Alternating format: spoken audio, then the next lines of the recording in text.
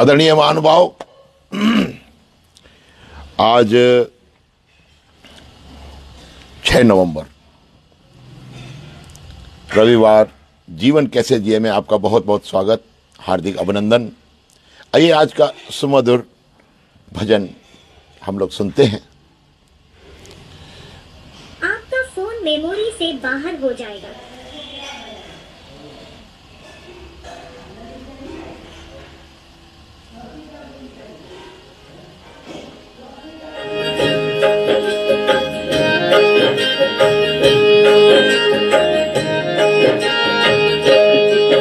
अरदास दातया चरणों विच तेरे, अरदास दातिया चरणों विच तेरे, अरदास दातया चरणों विच तेरे, अरदास दातिया चरणों विच तेरे, अरदास दातया चरणों विच तेरे, अरदास दातिया चरणों विच तेरे।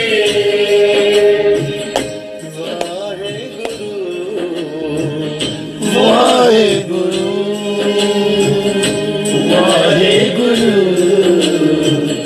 वाहेगुरु वाहेगुरु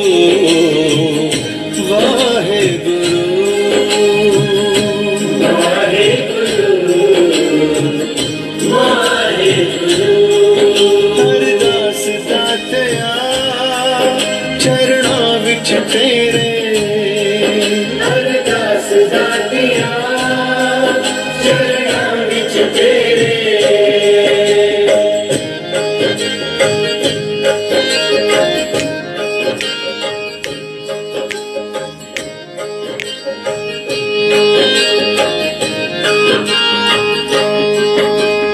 अमृत वेले गुण गाइए तेरे,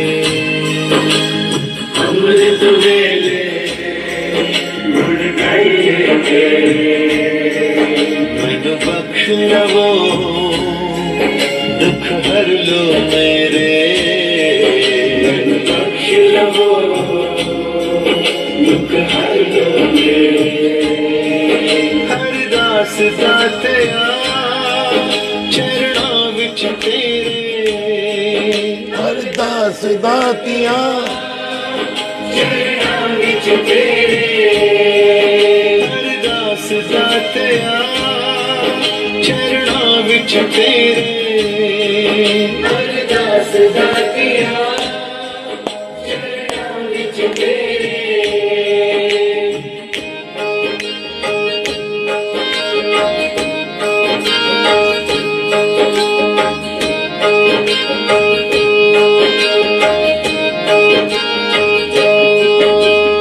अमृत वेले दर आइए तेरे,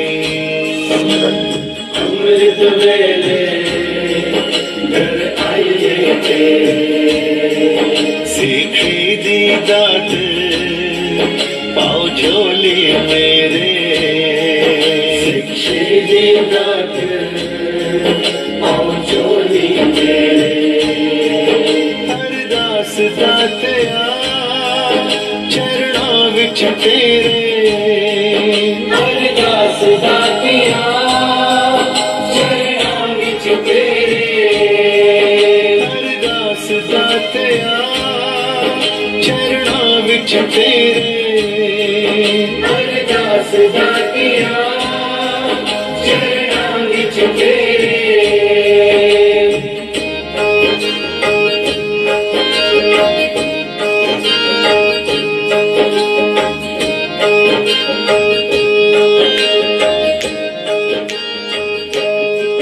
कीर्तन दी दात पाओ झोली मेरे, कीर्तन दी दात पाओ झोली मेरे। नाम दी दात पाओ झोली मेरे, नाम दी दात पाओ झोली अरदास दातिया चरणा विच तेरे, अरदास दातिया चरणा विच तेरे, अरदास दातिया चरणा विच तेरे, अरदास दातिया चरणा विच तेरे।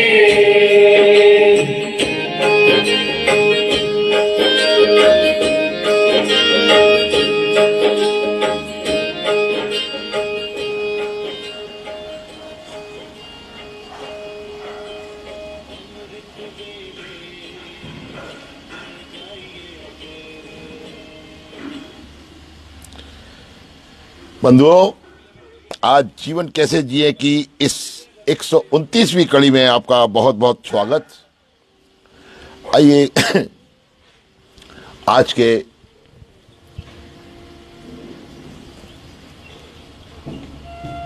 सफर पर हम लोग चलते हैं।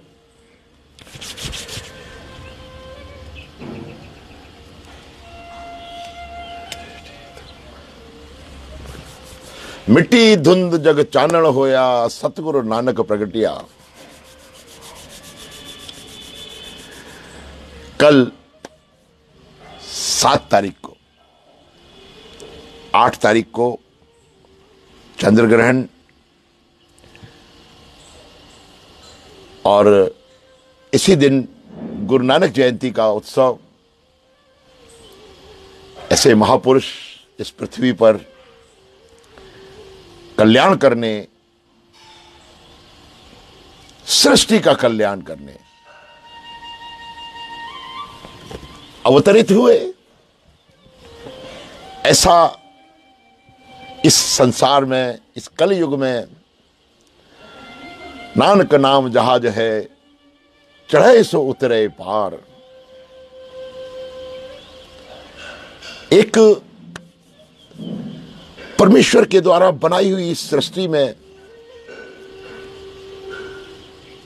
संपूर्ण जगत में परमेश्वर ने जब सृष्टि का निर्माण किया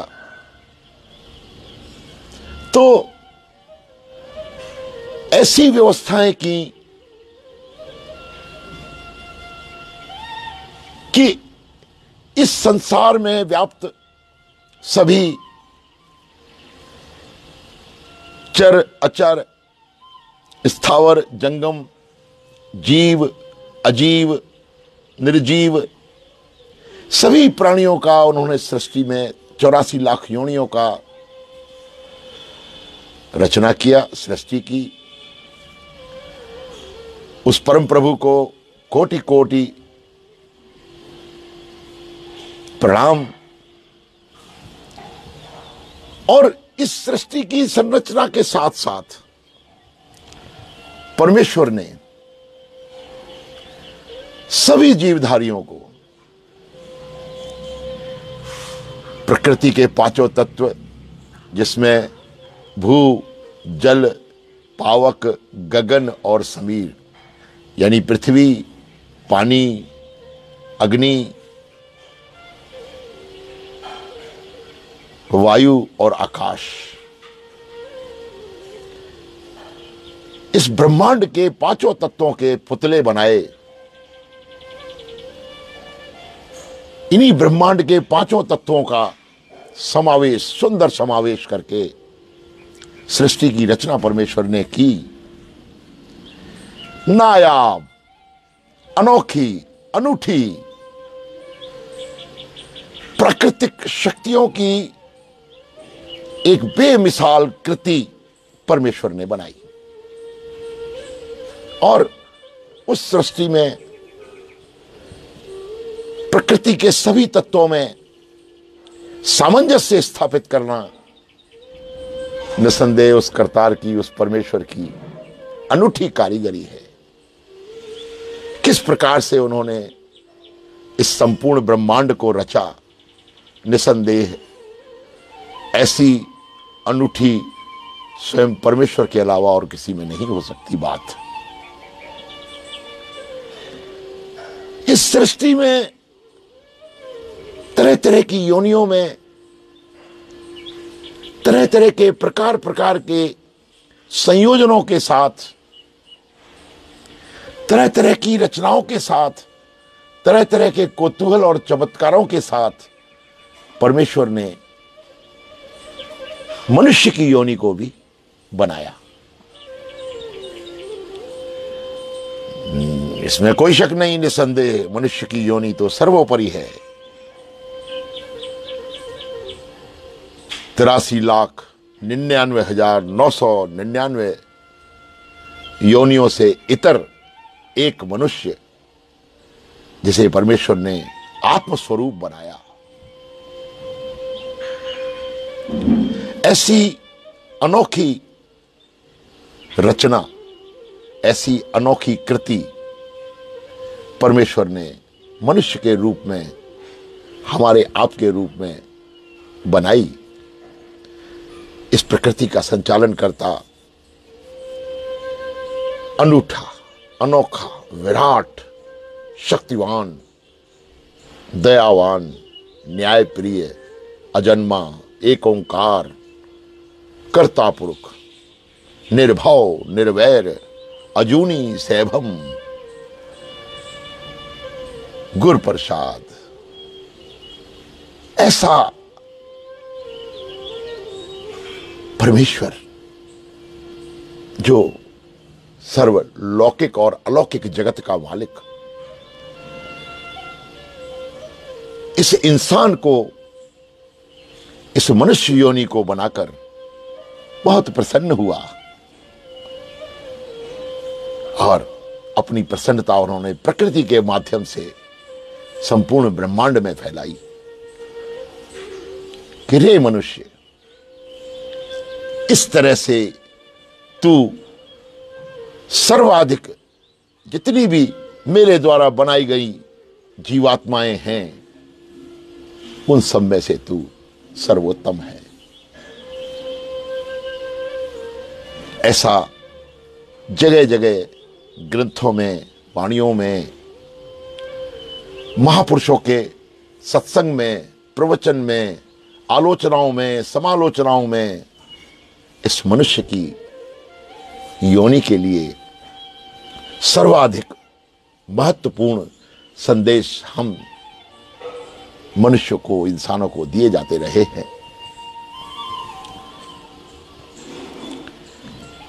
इस संपूर्ण संसार का समायोजन, संचालन, संचरण और इस संपूर्ण संसार के चालन के लिए परमेश्वर ने जीवधारियों को भी बनाया। जीवधारियों को भी उन्होंने इस संसार में उनकी योनियों में मुकर्रर करके उत्पन्न किया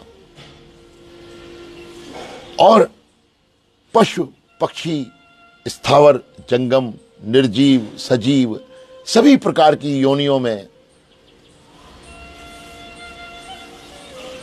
एक दूसरे को बताने के लिए, एक दूसरे को समझाने के लिए, एक दूसरे को दिखाने के लिए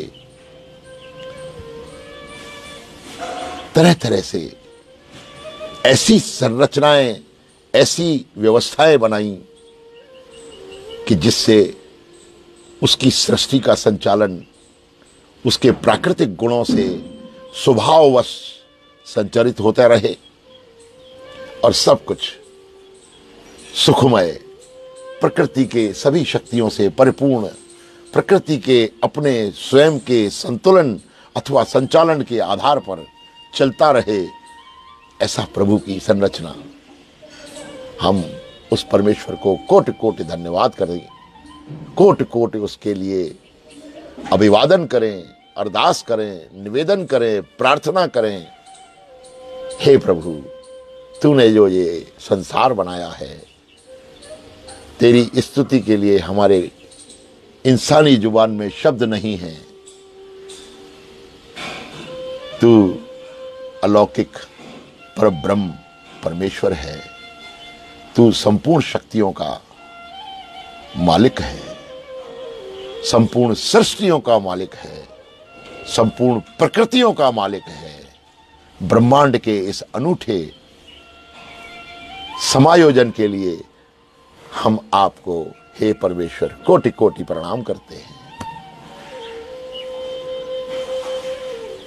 मनुष्य जीवन में, विशेष रूप से मनुष्य योनि में इंसान को समय समय पर, जिस वक्त इंसान ने माता के गर्भ से जन्म लिया, उस पल से पांचों तत्वों के सभी तत्व संचलित करके, संतुलित करके, समायोजित करके परमेश्वर ने एक अनूठा रूप इंसान का बनाया और प्रकृति के सारे गुणों से परिपूर्ण ये मनुष्य की योनि को बनाया। ऐसी स्थिति में नवजात शिशु को यदि देखा जाए तो माता के गर्भ में घोर अंधकार में कैद एक जीवात्मा जब जन्म लेती है और जिस पहली सांस से, जिस पहली दृष्टि से, जिस पहली ध्वनि से संसार के सभी तत्वों का, प्रकृति के सभी तत्वों का पहली सांस से ही उसको अनुभव होता है, नवजात बालक अथवा प्रकृति में उत्पन्न सभी योनियों में जो नवजात पशु पक्षी जीवधारी होते हैं, उन सब में आंखों से, कानों से, जिह्वा से, त्वचा से और नासिका से, इन पांचों अवयवों से इस संसार में रूप, रस, गंध, स्पर्श, श्रवण इत्यादि का पहला अनुभव किया जाता है, जिसमें प्रकृति के सारे गुण, प्रकृति के तत्वों के सारे गुण उसकी पहली सांस से ही प्रारंभ होते हैं। कितना सुंदर समायोजन, कितना सुंदर संतुलन उस परमेश्वर की अनूठी कृति इस इंसान में है। धीरे धीरे करके उस शिशु का विकास होता है और शिशु के विकास के साथ साथ ही प्रकृति के पांचों तत्वों का, उसके सापेक्ष प्रकृति के तत्वों के गुणों का उस मनुष्य जीवन में अथवा सभी जीवधारियों में शनै शनै विकास होता है और ये पालन पोषण माता पिता गुरु समाज के आधार पर उस शिशु का होता है। मनुष्य योनियों में तो ऐसा कहा जाता है, हर किसी योनि में माता पिता उसके जीवात्मा के होते ही हैं। उसके पश्चात सभी प्राकृतिक गुण प्रकृति उसे स्वयं विकसित करती है, स्वयं उसका विकास करती है। ऐसी समायोजन व्यवस्था, बड़ी ही अनूठी और सुंदरतम व्यवस्था उस परमेश्वर की कारीगरी कही जाती है। अजब तेरी कारीगरी रे करतार, नजर न आए काया तेरी, नजर न आए माया तेरी, बदले रंग हजार, अजब तेरी कारीगरी रे करतार। बहुत पुराना कोई भजन मुझे स्मरण हो आया। मैं ऐसा महसूस करता हूं कि ये अनूठी अनोखी अप्रतिम कृति जो संरचना परमेश्वर ने बनाई है, विशेष रूप से मनुष्य के रूप में, मनुष्य की योनि में, इसके लिए हमें और आपको उस परमेश्वर का जितना अधिक हम शुक्रगुजारी करें, जितना अधिक धन्यवाद करें, उतना कम है। कैसी कारीगरी! हमारे सिंधी भाषा में एक कलाम किसी कवि ने लिखा है, जिसमें उसका अर्थ यह है उसका भाव बता पा रहा हूं मैं कि कीअं कमंदन में तो मिठाइण कई,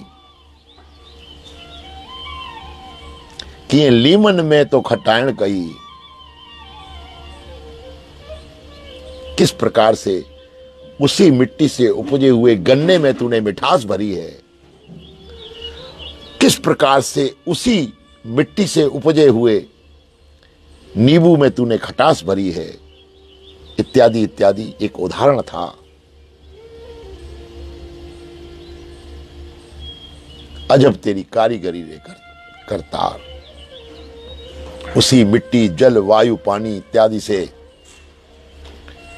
फल, फूल, पत्तियां, प्रकृति के नाना प्रकार के स्वरूप निसंदेह उस परमेश्वर की अनूठी कारीगरी के स्पष्ट दृष्टिगोचर हैं। भगवान इसी को कहते हैं। भूमि, गगन, वायु, अग्नि, नीर, इसी को भगवान कहा गया।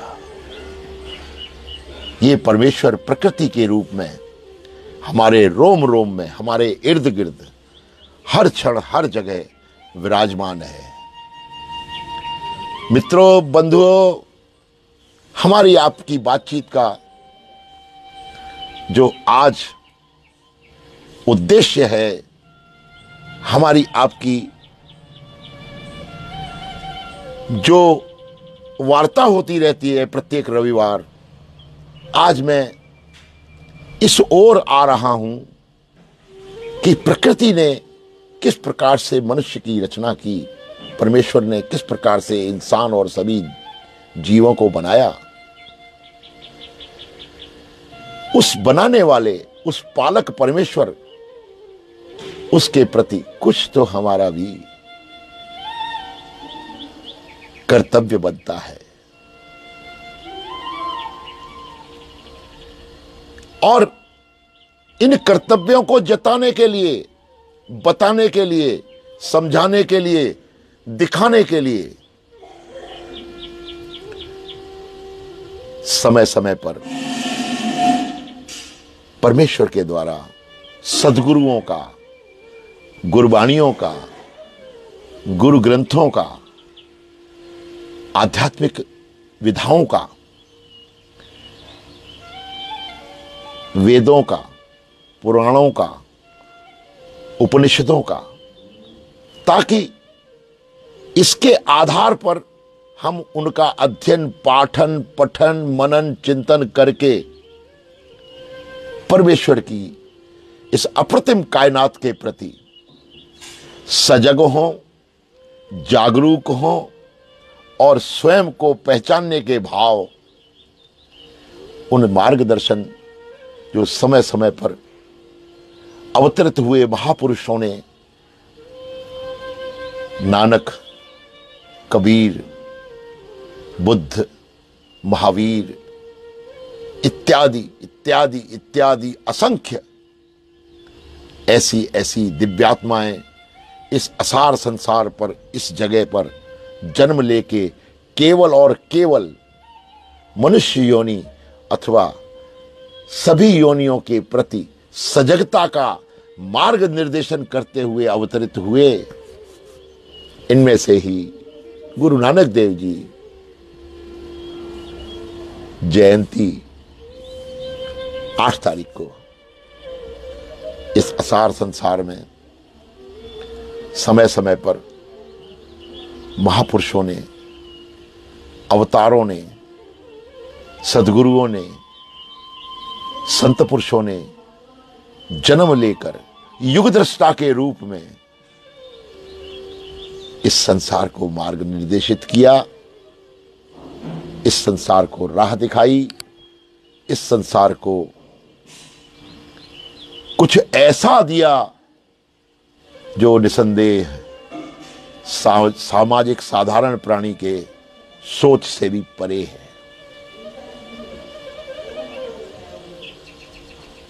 महात्मा कबीर ने,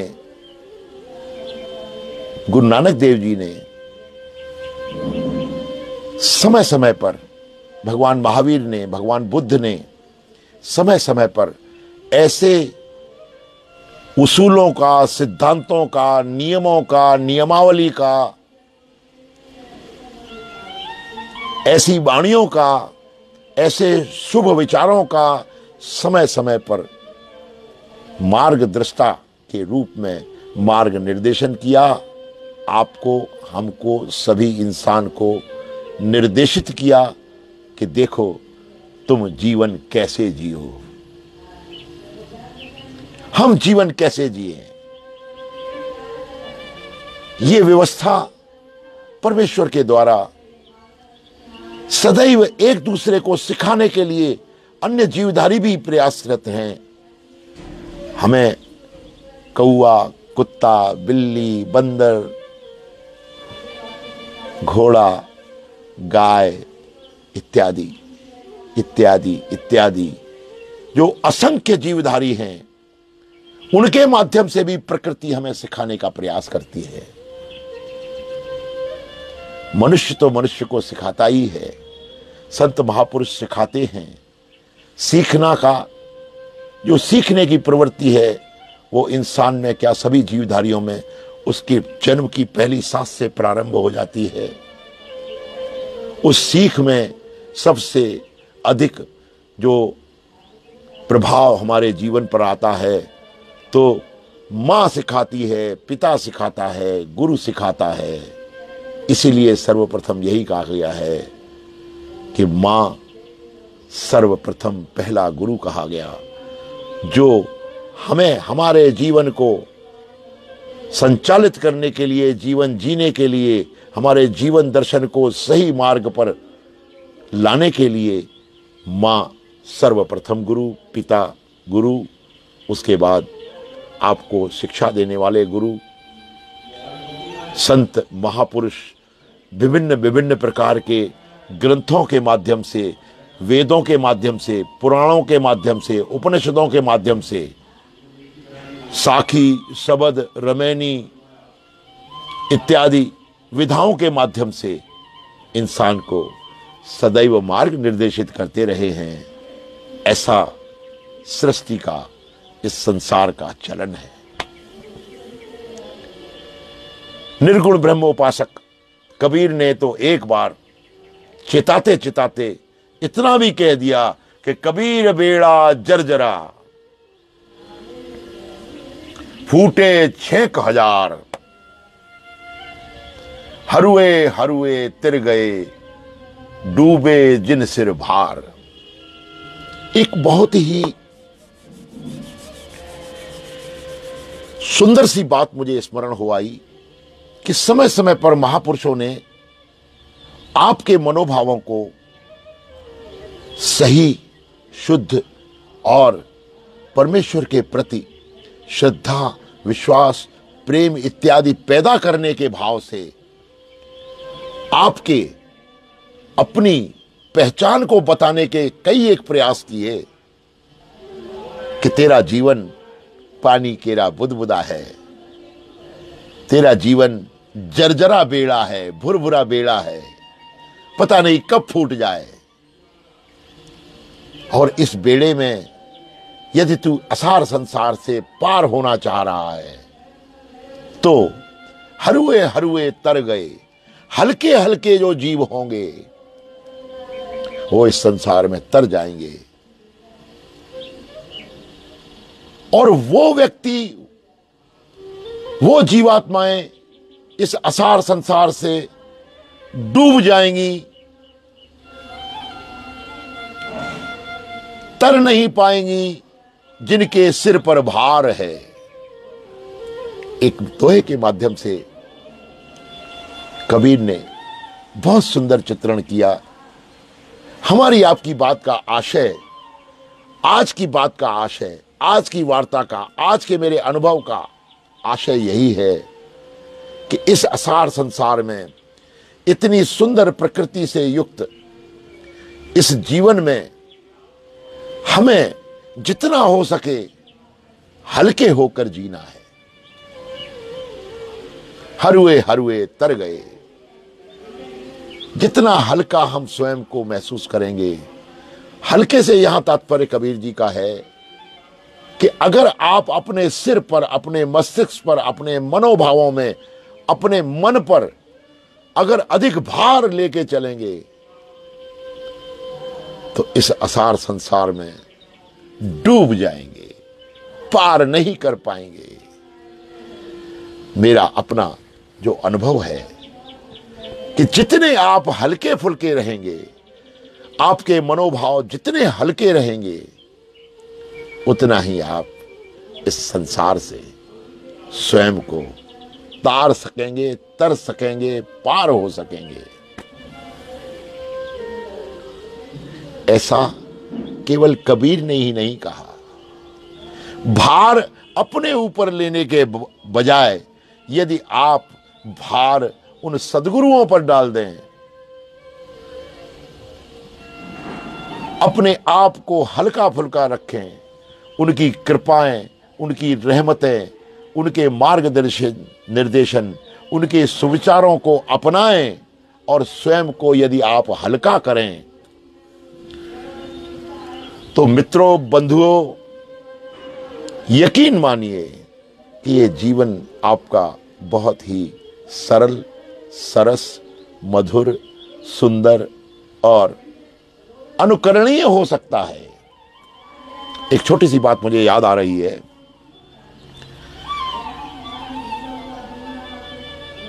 कि राजा अकबर ने एक बार बीरबल से कहा, पता नहीं उसके क्या दिमाग में सनक जागी, कि बीरबल एक बात बताओ, ये पृथ्वी पर कितना भार है?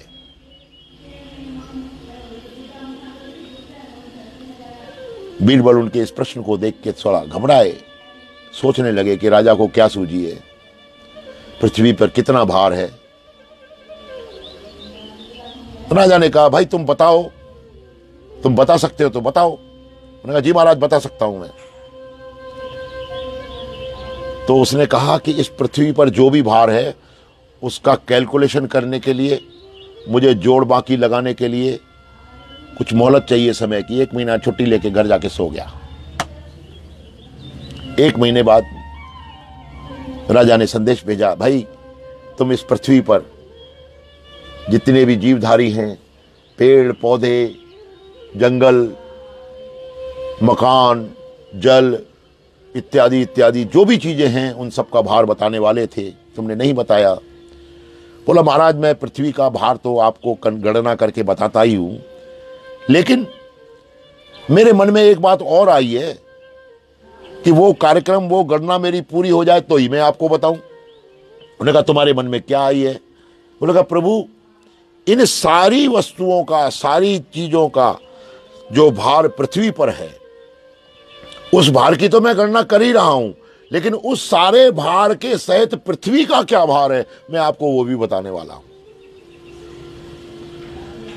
बादशाह बड़े प्रसन्न हुए, बोला, बहुत बहुत अच्छी बात है, तुम ये तो पृथ्वी पर जो भी भार है उसका तो तुम गणना कर ही रहे हो और उस भार सहित पृथ्वी का क्या भार है ये भी तुम बताने वाले हो, बहुत सुंदर बात है। और 15 दिन छुट्टी लेके चला गया। अच्छी बात, मुकर्रर दिन पर आया, अपना बस्ता लेके, कुछ कागज पत्र लेके, पेन और कलम लेके, दरबार लगा हुआ था। दरबार लगते ही उसने एक कागज पर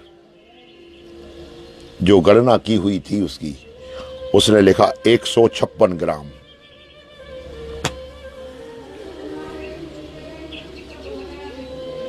ताज्जुब की बात, अकबर ने जैसे ही वो पत्र देखा 156 ग्राम, उन्होंने कहा, इसका सर कलम कर दो, ये हमको बेवकूफ बना रहा है। क्या इतनी पृथ्वी पर इतने भार का और भार सहित इस पृथ्वी का इतना ही वजन होगा, 156 ग्राम? बोला, जहां पना राजा साहब, मुझे मृत्युदंड से मुक्त किया जाए, फिर मेरी बात सुन ली जाए। बोलो। महाराज, ये 156 ग्राम जो वजन है वो हमारे मस्तिष्क का है, भेजे का है। 156 ग्राम, जिसमें ये भार वाली बातें आती हैं। आपको प्रभु क्या पड़ी, पृथ्वी पर कितना भार है और पृथ्वी से तो कितना भार है पृथ्वी का, सभी संपूर्ण जितना भी जो भार पृथ्वी पर है उस सहित पृथ्वी का कितना भार। ये प्रश्न कहां आया, आपके भेजे में आया है सरकार। आपके भेजे के भार का मैंने यहां चित्रण कर दिया कि 156 ग्राम पूरे भेजे, पूरी पृथ्वी का, ब्रह्मांड का जो भी आप वजन पूछ रहे हैं उसमें जो प्रश्न आया है उसका भार 156 ग्राम है। आपको क्या पड़ी प्रभु, उस परमेश्वर की अप्रतिम, उस परवरदिगार की ऐसी अनूठी पृथ्वी पर भार की सोचने की आपको जरूरत क्या पड़ी। आपको वो भार अपने मस्तिष्क पर लेने की आवश्यकता क्या है। हास्यास्पद बात अकबर को समझ में आई। उन्होंने कहा बीरबल तुम सही कहते हो। मित्रों, बंधुओं, भाइयों, बहनों, ये जो भी भार है वो हमारे मस्तिष्क में उपजने वाले प्रश्नों का भार है। हमारे मस्तिष्क में जो भी भाव, जो भी मनोभाव हमारे आते हैं, यदि उनमें भार है तो हम डूब जाएंगे। हरुए हरुए तर गए, हरुए हरुए तर गए, डूबे जिन सिर भार। वो डूब गए जिनके सिर पर भार है। आज की वार्ता विवेचना समापन की ओर, आज का कार्यक्रम, आज की कड़ी 129वीं कड़ी। आप सभी का बहुत बहुत आभार, अभिनंदन, नमस्कार, धन्यवाद। इसी प्रकार से प्रयास करते हैं हम कि किस प्रकार से स्वयं को हल्का फुल्का करके, ध्यान रहे ये सारी की सारी व्यवस्थाएं उन सद्गुरुओं ने, जिनमें प्रमुख हमारे गुरु नानक देव जी का कल जन्म दिवस है, जयंती मनाई जा रही है। आप सभी लोगों को गुरु नानक जयंती की कोटि कोटि शुभकामनाएं, हार्दिक अभिनंदन। आप सभी इस कार्यक्रम को भी जहां जहां पूरे देश में, विदेश में, जहां जहां गुरु नानक जयंती मनाई जाती है, ऐसे महापुरुषों का अवतरण, उनके जीवन से, उनके सद्गुरुओं की, उनकी वाणियों से, उनके तौर तरीके से, उनके यायावर स्थिति से चलते रहने से कई एक संदेश हमारे जीवन में हमको मिले हैं। हम उन सभी का इस्तेकबाल करते हैं, हम उन सभी का स्वागत करते हैं, उन विचारों का, उन गुरु ग्रंथ साहब जी की प्रमूल अमूल्य वाणियों का। हमारे जीवन में ऐसी वाणियां, ऐसे सद्विचार उतरे। हमारी इसी भावना के साथ साथ आज का कार्यक्रम समापन। नमस्कार, धन्यवाद। एक ओंकार सतनाम कर्ता पुरुष निर्भव निर्वैर, अकाल मूरत अजूनी सेवम गुर प्रसाद। जप आदि सच जुगाद सच, है भी सच नानक होसी भी सच। हरिओम।